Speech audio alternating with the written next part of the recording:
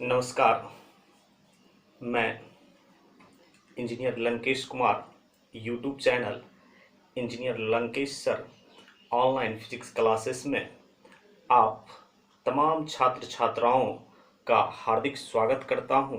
मेरे दोस्त, आज मैं वीडियो 3 के माध्यम से आप लोगों को एक महत्वपूर्ण टॉपिक गॉस का प्रमेय, जिसे इंग्लिश में हम लोग गॉसेस थ्योरम कहते हैं, पढ़ाने जा रहा हूं। इससे बोर्ड एग्जामिनेशन में बार बार क्वेश्चन पूछे जाते हैं। या तो गॉस का प्रमेय पूछ देता है या फिर गॉस के प्रमेय का अनुप्रयोग पूछ देता है, जिसे हम लोग कहते हैं एप्लीकेशन ऑफ गॉसेस थ्योरम। तो एप्लीकेशन ऑफ गॉसेस थ्योरम को देखने से पहले हम लोग देखते हैं कि गॉस का प्रमेय होता क्या है। गॉस का प्रमेय होता क्या है? तो मेरे दोस्त, एक बार मैं गॉस के प्रमेय का स्टेटमेंट देता हूं, फिर उसके बाद बोर्ड पर चलेंगे। इस प्रमेय के अनुसार, कौन सा प्रमेय? गॉस का प्रमेय। इस प्रमेय के अनुसार किसी बंद तल या बंद पृष्ठ से गुजरने वाला कुल विद्युत फ्लक्स उस तल या पृष्ठ के अंदर स्थित कुल आवेश का 1/ε0 गुना होता है। किसी बंद तल या बंद पृष्ठ से गुजरने वाला कुल विद्युत फ्लक्स उस तल या पृष्ठ के अंदर स्थित कुल आवेश का 1/ε0 गुना होता है। तो चलिए, इस स्टेटमेंट को मैं बोर्ड पे लिख देता हूं ताकि आप कॉपी पर आसानी से उतार सकें इसे। तो चलिए लिखते हैं इसे। कौन सा प्रमेय का स्टेटमेंट लिख रहा हूं? गॉस के प्रमेय का। तो मेरे दोस्त, क्या लिखेंगे कि इस प्रमेय के अनुसार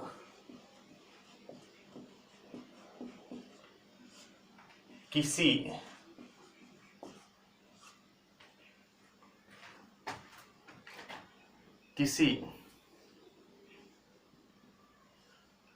बंद तल या बंद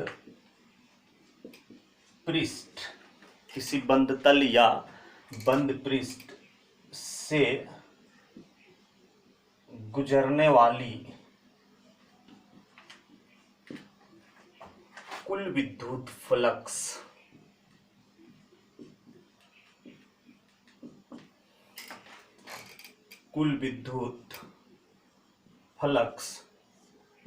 उस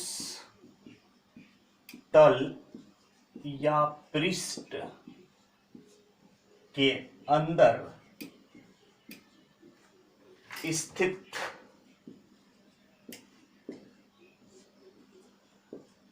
कुल विद्युत आवेश का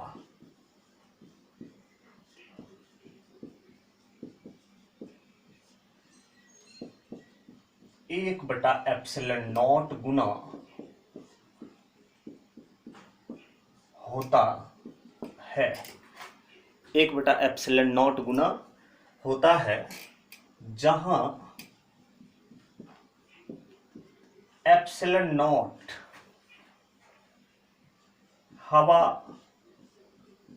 निर्वात, जिसे हम लोग वैक्यूम कहते हैं इंग्लिश में, हवा निर्वात या फिर मुक्त आकाश का प्रवैद्युतता, या इसी को विद्युतशीलता कहा जाता है। जहां ε0 हवा निर्वात या मुक्त आकाश का प्रवैद्युतता या विद्युतशीलता, जिसे इंग्लिश में हम लोग कहते हैं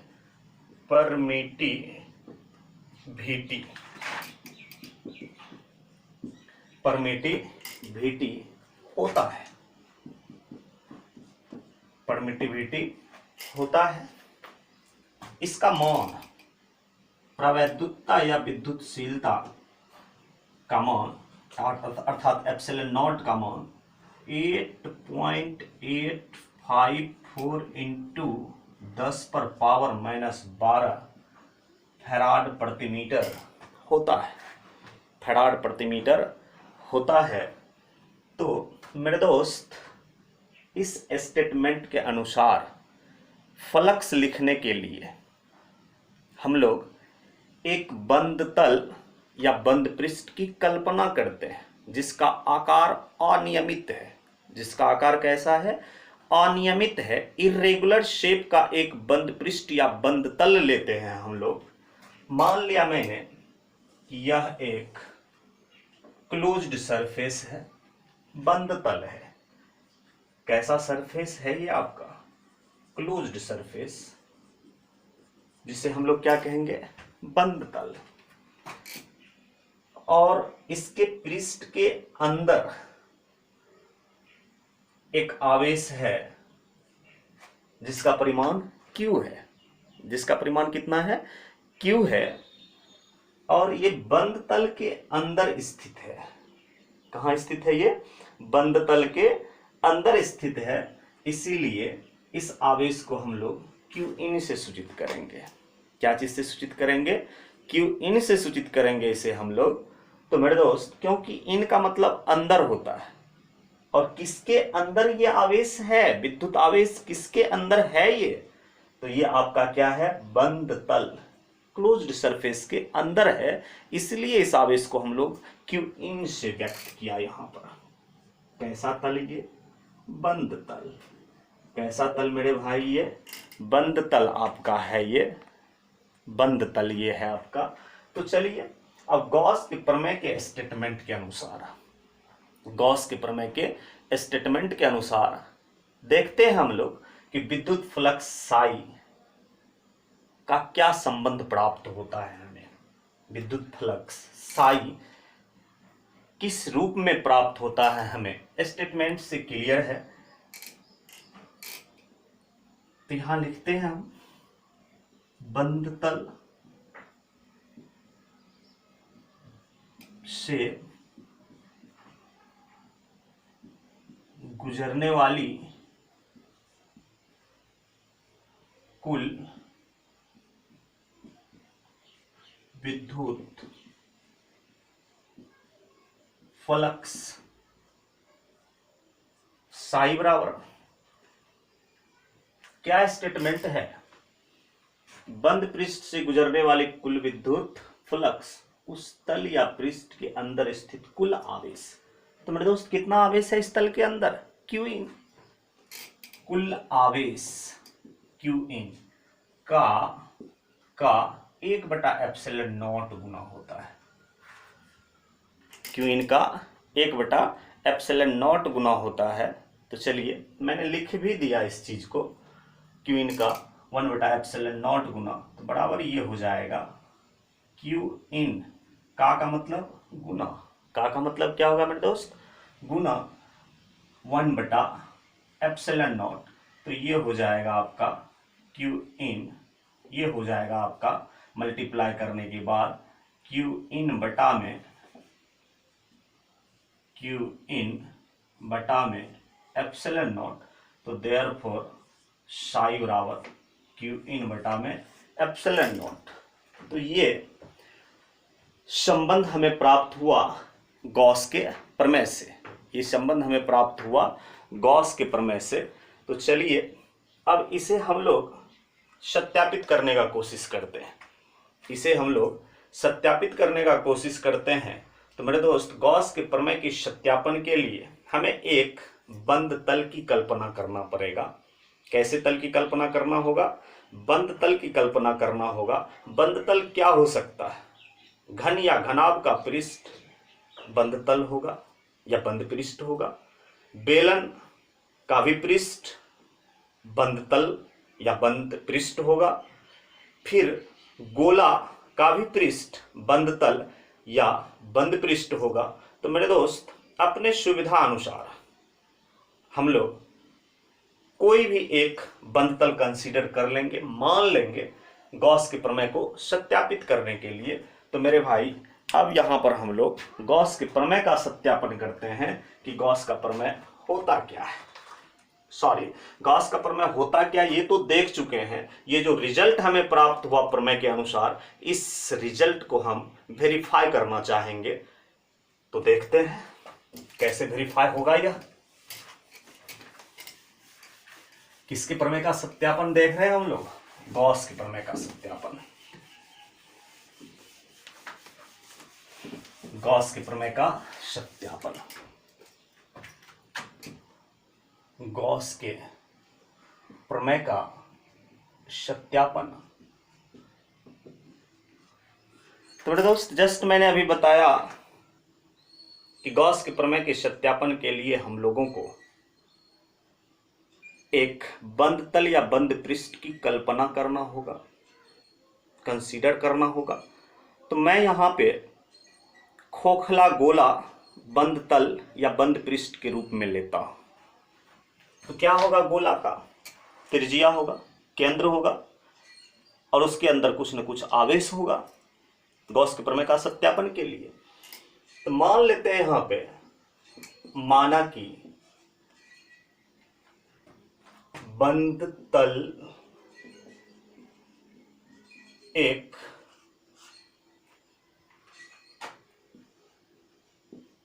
खोखला, बंद तल एक खोखला गोला है जिसका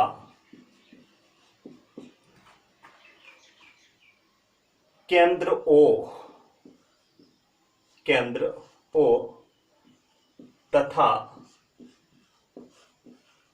त्रिज्या स्मॉल r है। गोला के अंदर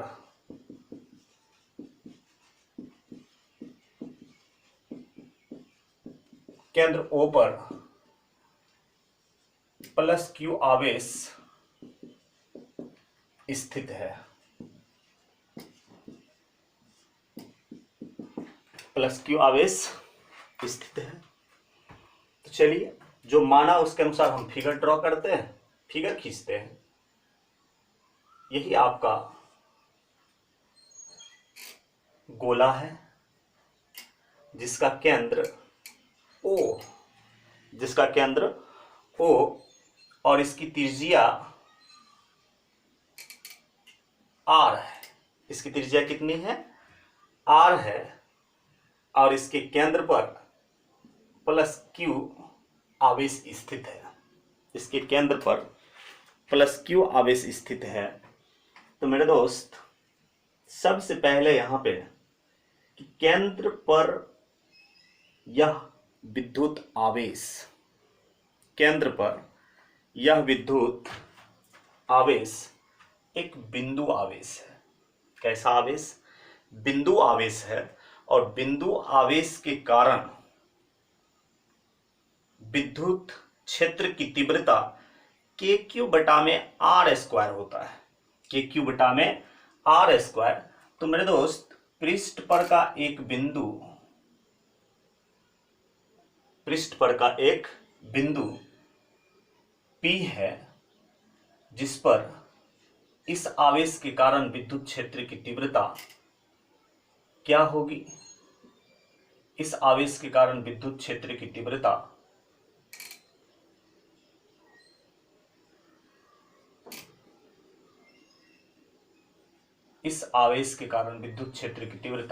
का परिमाण E बराबर KQ/R² होगा, क्योंकि केंद्र O से पृष्ठ का बिंदु P की दूरी इस त्रिज्या के ही बराबर होगा। किसके बराबर होगा? त्रिज्या के बराबर होगा। तो चलिए हम लिखते हैं, बंद तल क्या है? यहां पे आपका बंद तल खोखला गोला। बंद तल यहां पे क्या है आपका? खोखला गोला के बिंदु P पर तीव्रता का परिमाण E बराबर के क्यू बटा में आर स्क्वायर। लेकिन क्यू यहाँ पर स्मॉल क्यू है, तो यहाँ पर क्या देंगे हम लोग, स्मॉल क्यू ही देंगे। के क्यू बटा में आर स्क्वायर होता है। तो चलिए हमें विद्युत फ्लक्स ज्ञात करना है। क्यों? क्योंकि गॉस का प्रमेय के स्टेटमेंट से स्पष्ट होता है कि यह विद्युत फ्लक्स और बंद तल के अंदर स्थित आवेश के बीच का एक संबंध है। तो निश्चित रूप से मेरे दोस्त, गॉस के प्रमेय का सत्यापन के लिए हमें यहां पर इस बंद पृष्ठ या बंद तल से गुजरने वाला विद्युत फ्लक्स ज्ञात करना होगा। और विद्युत फ्लक्स ज्ञात करने के लिए हमें तीव्रता के साथ साथ क्षेत्रफल सदिश का ज्ञान होना चाहिए। तीव्रता के साथ साथ क्षेत्रफल सदिश का ज्ञान होना चाहिए। तो मेरे दोस्त चलो, मैंने बिंदु आवेश अर्थात केंद्र O पर स्थित आवेश के कारण पृष्ठ के बिंदु P पर विद्युत क्षेत्र की तीव्रता E का परिमाण मैंने लिख लिया यहाँ पे के क्यू बटा में आर स्क्वायर। और अब यहाँ पर विद्युत फ्लक्स के लिए इस बंद पृष्ठ के क्षेत्रफल सदिश पर विचार करना होगा। किस पर विचार करना होगा? बंद पृष्ठ अर्थात खोखला गोला के पृष्ठ के क्षेत्रफल सदिश पर विचार करना होगा। तो मेरे दोस्त, कल के वीडियो में भी मैंने बताया था कि संपूर्ण क्षेत्रफल छोटे छोटे क्षेत्रफलों अर्थात सूक्ष्म क्षेत्रफलों, जिसे हम लोग अल्पांश क्षेत्रफल भी कहते हैं, उसका एक समूह होता है, उसका एक ग्रुप होता है। तो चलिए यहां पर ये जो आपका बंद तल या बंद पृष्ठ खोखला गोला लिया गया है, तो इसका भी पृष्ठ का संपूर्ण क्षेत्रफल निश्चित रूप से अल्पांश क्षेत्रफलों का एक समूह होगा। और यह बिंदु P निश्चित रूप से किसी न किसी अल्पांश क्षेत्रफल पर स्थित होगा। तो वह अल्पांश क्षेत्रफल हम लेते हैं यहां पर dA। क्या लिया? वह अल्पांश क्षेत्रफल यहां पर dA लिया। वह अल्पांश क्षेत्रफल यहां पर हम लोग dA लिया। यह अल्पांश क्षेत्रफल कितना है मेरे दोस्त? dA। तो बताओ इसका एरिया वेक्टर भी क्या होगा? d vector A। और एरिया वेक्टर हमेशा पृष्ठ के क्षेत्रफल पर लंबवत बाहर की ओर होता है। तो यहां पर जो गोला है, तो गोला के पृष्ठ के क्षेत्रफल पर त्रिज्या वाली रेखा लंबवत होती है। कौन सी रेखा?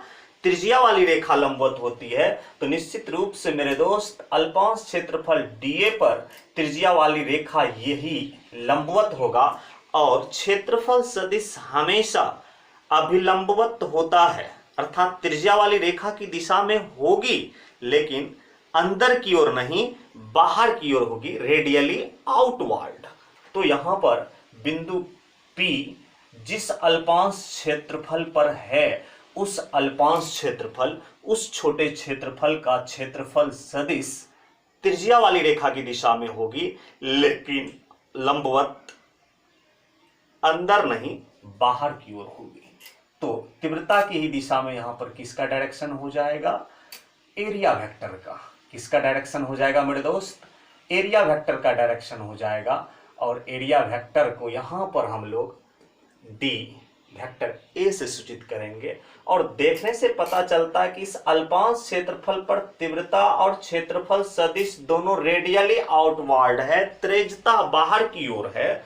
और त्रिज्यता बाहर की ओर है, एक ही रेखा की दिशा में है, सेम डायरेक्शन में है। तो यहां पर E और क्षेत्रफल सदिश, तीव्रता और क्षेत्रफल सदिश के बीच का कोण थीटा बराबर कितना डिग्री होगा? 0 डिग्री होगा। थीटा बराबर कितना डिग्री होगा मेरे दोस्त? 0 डिग्री होगा। तो देखो, इस अल्पांश क्षेत्रफल से गुजरने वाली विद्युत फ्लक्स को हम लोग कल के वीडियो में बताया था कि डी साई या डी फाई से सूचित करेंगे। तो यहां पर हम लिखेंगे कि अल्पांश क्षेत्रफल से गुजरने वाली विद्युत फ्लक्स, गुजरने वाली विद्युत फ्लक्स। अल्पांश क्षेत्रफल है मेरे दोस्त, यहाँ पे छोटा क्षेत्रफल है। तो मैंने बताया था कि पर्याप्त रूप से बड़े क्षेत्रफल के लिए विद्युत फ्लक्स को साई या फाई से सूचित करते हैं, लेकिन अल्पांश क्षेत्रफल के लिए डी साई या डी फाई से सूचित किया जाता है। तो यहां पर मेरे दोस्त क्या चीज से हमें सूचित करना चाहिए? डी साई से सूचित करना चाहिए। और बताओ आप लोग, कल ही मैंने बताया था वीडियो 2 में कि डी साई बराबर क्या होता है, बताइए डी साई बराबर क्या होता है? तो मेरे दोस्त यह होता आपका vector E dot D vector ए। होता है क्या? बिल्कुल होता है, ठीक है। और फिर आपको दो सदिश का डॉट प्रोडक्ट यहां पर है, तो बताया गया वीडियो 1 में कि ए डॉट बी बराबर क्या होता है मेरे दोस्त? A B cos theta, A B cos theta. इसीलिए मेरे भाई E dot D vector A बराबर क्या होगा? E D A cos theta, E D A cos theta. तो चलिए देखते हैं यहाँ पे ई डॉट डी ए का ये मान रखते हैं इसके स्थान पे यहाँ पे, तो ये हो जाएगा ई डी ए कॉस थीटा। और मेरे भाई जहां पर हम लोग ये फ्लक्स ज्ञात कर रहे हैं उस क्षेत्रफल पर तीव्रता ई और क्षेत्रफल सदिश डी ए के बीच का कोण थीटा 0 डिग्री है, क्योंकि यह दोनों सेम डायरेक्शन में है। और जब दो सदिश समान दिशा में हो तो उनके बीच का कोण कितना डिग्री होता? 0 डिग्री होता। उसके बीच का कोण कितना डिग्री होता मेरे भाई? 0 डिग्री होता। तो यहां पर मैं लिख सकता कि इस स्थिति में थीटा 0 डिग्री और कॉस 0 डिग्री कितना होगा? 1 होगा। तो ये हो जाएगा ई डी ए कॉस 0 डिग्री और कॉस 0 डिग्री 1। तो ये आपका क्या निकल गया? डी साई बराबर, डी साई बराबर क्या निकल गया? ई डी ए। डी साई बराबर क्या निकल गया मेरे दोस्त? ई डी ए निकल गया यहाँ पे। अब चलिए, ये तो अल्पांश क्षेत्रफल से संबद्ध विद्युत फ्लक्स निकला आपका, और हमें संपूर्ण क्षेत्रफल से गुजरने वाली विद्युत फ्लक्स निकालना है।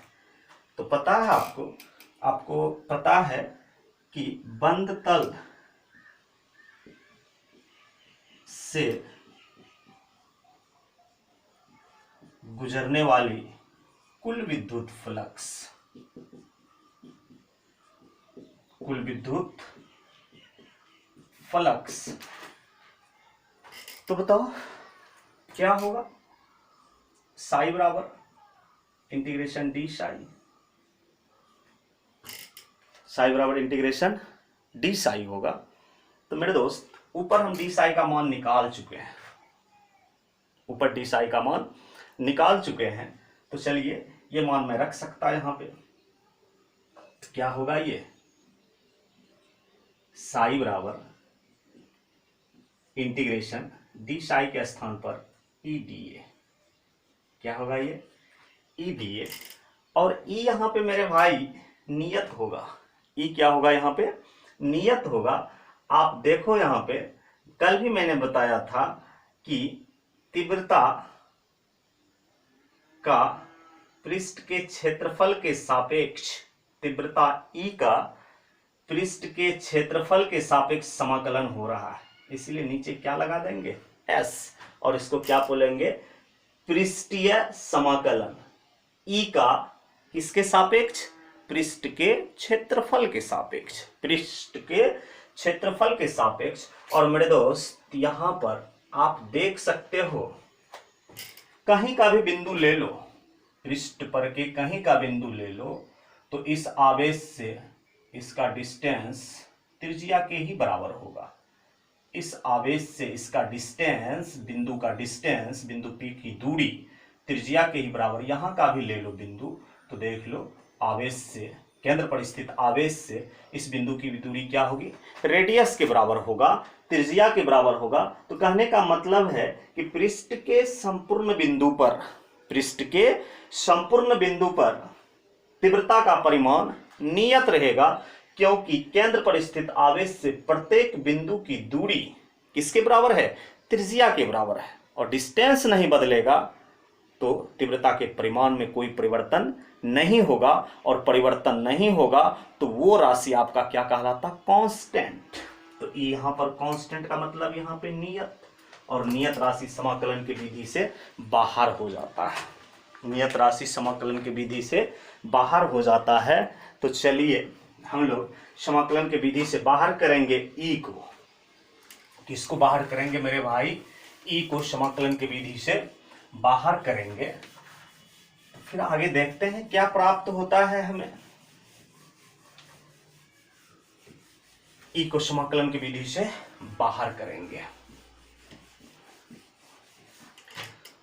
तो देखा जाए तो कुल विद्युत फ्लक्स साई बराबर ई समाकलन की विधि से बाहर आ जाएगा सरफेस इंटीग्रल डी ए।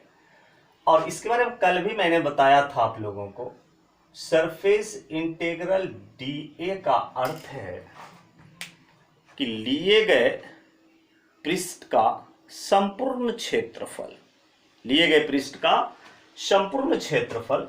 तो मेरे दोस्त यहां पर बताओ, जो तल या पृष्ठ मैंने लिया वह क्या है? बेलन है, गोला है, घन है या घनाभ है? तो फिगर देखने से पता चलता है कि ये क्या है आपका? एक गोला है। तो गोला के पृष्ठ का क्षेत्रफल कितना होगा? संपूर्ण क्षेत्रफल 4 पाई आर स्क्वायर। इसलिए मेरे दोस्त सरफेस इंटीग्रल डी ए अर्थात इसका यहां पर मतलब है कि बंद तल या बंद पृष्ठ का संपूर्ण क्षेत्रफल, और संपूर्ण क्षेत्रफल यहां पर क्या होगा? गोला का पृष्ठ का क्षेत्रफल 4 पाई आर स्क्वायर होता है। पता होना चाहिए आप लोगों को, ये सब 9th 10th क्लास में आप लोग पढ़े होंगे। तो चलिए ये हो जाएगा ई गुना कितना, इसकी जगह पे रखोगे आप 4 पाई आर स्क्वायर। और मेरे दोस्त पहले ही मैं निकाल चुका हूं कि इस आवेश केंद्र पर स्थित आवेश के कारण इस बिंदु पर तीव्रता ई का परिमाण क्यू बटा में आर स्क्वायर, के क्यू बटा में आर स्क्वायर होता है। तो चलिए ई का मान रखते हैं यहाँ पे, के क्यू बटा में आर स्क्वायर गुना 4 पाई आर स्क्वायर। सॉरी, ये आवेश जो है यहाँ पर स्मॉल क्यू है, इसलिए कैपिटल क्यू ना दे करके स्मॉल क्यू देंगे हम लोग। और आपको पता होगा कि एसआई पद्धति में कूलम्ब के नियम में बताया गया था कि के का मान, के एक कूलम्ब नियतांक होता है जिसका मान एसआई पद्धति में 1/4 पाई एप्सिलॉन नॉट होता है। तो ये चलिए के का वैल्यू रखते हैं 1/4 पाई एप्सिलॉन नॉट क्यू बटा में आर स्क्वायर गुना 4 pi r square. 4 pi cancel, epsilon naught नहीं, आर स्क्वायर कैंसिल हो जाएगा, बच जाएगा यहाँ पे क्यू बटा एप्सिलॉन नॉट। क्या बच गया? क्यू बटा एप्सिलॉन नॉट बच गया यहाँ पे आपका। और मेरे दोस्त यहाँ पर यह क्यू किसके अंदर है बताइए आप लोग? बंद तल या बंद पृष्ठ के अंदर केंद्र पर है। तो अंदर जो आवेश होता है तल या पृष्ठ, बंद तल या बंद पृष्ठ के अंदर जो आवेश होता है उस आवेश को आप किससे सूचित करते हैं? क्यू इन से। इसीलिए मेरे दोस्त मैं यहाँ पे लिख सकता कि यह आवेश जो क्यू है आपका, ये किसके बराबर? क्यू इन के बराबर। किसके बराबर?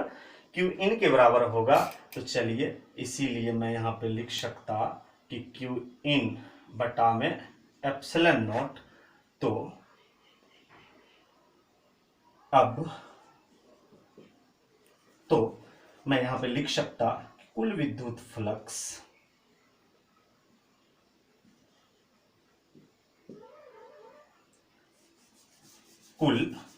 फ्लक्स ये एक्चुअली में क्या हुआ? क्यू इन बटा एप्सिलॉन नॉट। तो अतः मैं यहां पे लिख सकता कि कुल विद्युत फ्लक्स साई टोटल बराबर कितना? साई टोटल बराबर कितना मेरे दोस्त? क्यू इन बटा में एप्सिलॉन नॉट। तो यही गॉस के प्रमेय के स्टेटमेंट से संबंध आया था, और इस संबंध को हम लोग इस बंद तल के माध्यम से सत्यापित कर लिया। तो इस प्रकार से मेरे दोस्त गॉस के प्रमेय को सत्यापित किया जा सकता है। तो क्या है गॉस का प्रमेय? स्टेटमेंट और जो संबंध मैंने सत्यापित किया है, लाया है, क्या दोनों आपस में एक दूसरे के साथ सामंजस्य बैठाता है या नहीं बैठाता है, इस चीज़ को देखते हैं। तो मेरे दोस्त, आप वहाँ पर पढ़ाया गया आपको, जब गॉसेस थ्योरम का स्टेटमेंट दिया गया, तो किसी बंद तल या बंद पृष्ठ से गुजरने वाला कुल विद्युत फ्लक्स उस तल या पृष्ठ के अंदर स्थित कुल आवेश का 1/ε0 गुना होता है। तो मेरे दोस्त देखो, यहाँ पर मैंने सत्यापित किया कि कुल विद्युत फ्लक्स साई बराबर क्यू इन बटा में ε0, और वहां पर भी स्टेटमेंट से भी यही संबंध आया था। तो इसका मतलब है कि इस फिगर के माध्यम से गॉस के प्रमेय को सत्यापित किया जा सकता है, गॉस के प्रमेय को सत्यापित किया जा सकता है। तो चलिए आज के वीडियो में इतना ही। अपना ख्याल रखें। बहुत बहुत धन्यवाद।